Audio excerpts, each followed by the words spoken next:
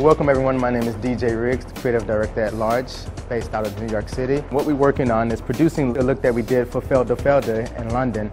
And the approach that we're going to do with the hair, as you can see, we just really pivot everything around to make sure that we have proper sections and separation.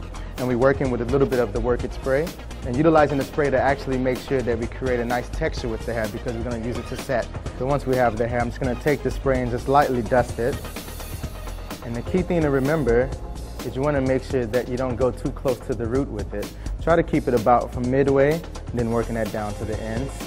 Take the hair, then you're going to cross it.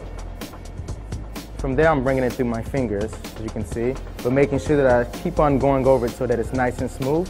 Once I actually have it in, it creates this bit of a loop that you can see right here. But you notice how we keep a little bit of the ends out. We're just going to wrap it a bit. And then from there, you just take the pin, or the clip rather, and you let it sit in.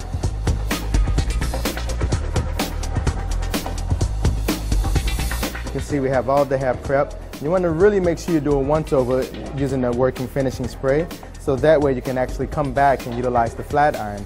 You almost want it to have a slight sizzle to it, so don't be afraid to really go over it with the spray, really get it nicely saturated inside of the hair. Going in with a bit of the working finishing spray, and the key thing is to make sure that you get the underneath, because that's really where you're going to need that hair to actually maintain that texture and curl. Now just start moving towards the front, and see, take that, get it out of your way. From there, you just kind of want to let it fall. You can see the type of finish that it gives you, so it's a very razzled bit of a texture. Remember, the thing that we're not trying to do is remove all of the wave and all of the texture. You just want to actually get just a bit more of a razzled approach to it.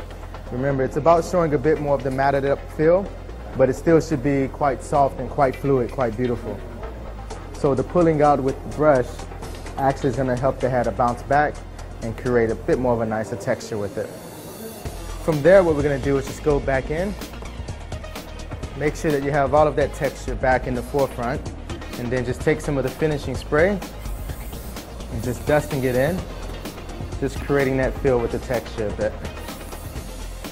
So now that we finished applying the finishing spray, now we're just going to move on to the dry shampoo. So what the dry shampoo is going to do for us is actually give us a nice coating of the hair. It has a bit of hold to it, so you can really take advantage of that and how it happens. We're almost utilizing it the way most people used to utilize finishing spray. We utilize dry shampoo in that same sense.